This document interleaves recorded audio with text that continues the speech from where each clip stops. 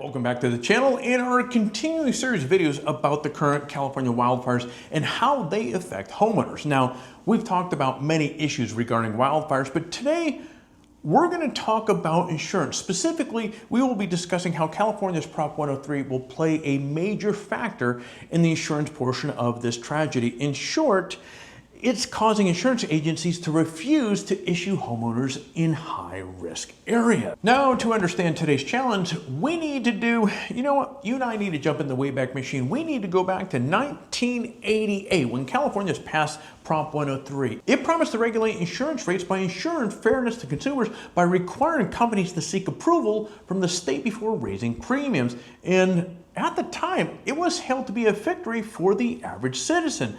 Now, fast forward, Prop 103 changed how insurance companies operate in California. While it intended to protect consumers, it also created barriers that just don't adapt well to economic reality or emerging risks like natural disasters. So in recent years, these natural disasters have intensified, and it's not just with current wildfires, but also hurricanes across the country that have increased claim costs. Yet insurance companies often find that the requests for rate increases are denied or significantly delayed under Prop 103's strict regulations. Now, the approval process it's difficult and it doesn't keep up with the speed costs are rising. And because of that, insurance companies are forced to offer coverage at rates that don't reflect risk or just refuse to offer insurance policies at all. Now, the gap between claim payouts and the premium income continues to grow, so for many insurers, staying in California market is no longer viable. You think about it. Major companies like State Farm and Allstate have announced plans to reduce their presence or stop writing new policies altogether. While California has state insurer known as the California Fair Plan, which will help cover areas other insurers have left behind, but it doesn't have enough money to cover payouts for these large natural disasters. Now, according to Insurance Journal, the Fair Plan simply doesn't have enough surplus for this level of loss. Now, the Journal notes that the State Assembly introduced a bill on January 9th that helps the state issue catastrophe bonds to help finance the cost of insurance claim. The big question here is, will that be enough to cover the claims?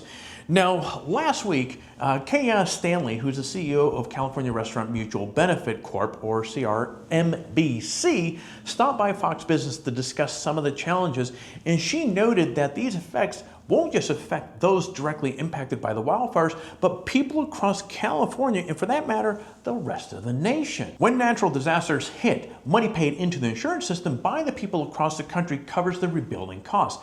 When a large payout occurs to help rebuild after a disaster like this, the insurance companies pass those additional costs on to all the customers. And companies will eventually stop writing insurance plans for homeowners who live in areas that they deem quote unquote high risk. And while insurance companies can charge to cover high risk customers in some states, California and its Prop 103 regulations really make this much more of a difficult process. So insurance companies are choosing not to write insurance in these high-risk areas in California. While Prop 103's fixed-rate approach worked for decades, it's struggling to accommodate the rising costs associated with more frequent and severe natural disasters. And when you think about it, Prop 103 was intended to protect consumers, but it created a market where insurers could not adapt to changing conditions, and flexibility in pricing drove them simply out of the market, reducing competition and consumer option. Now, the problem is reforming Prop 103 it's a challenging issue. It's not a simple task.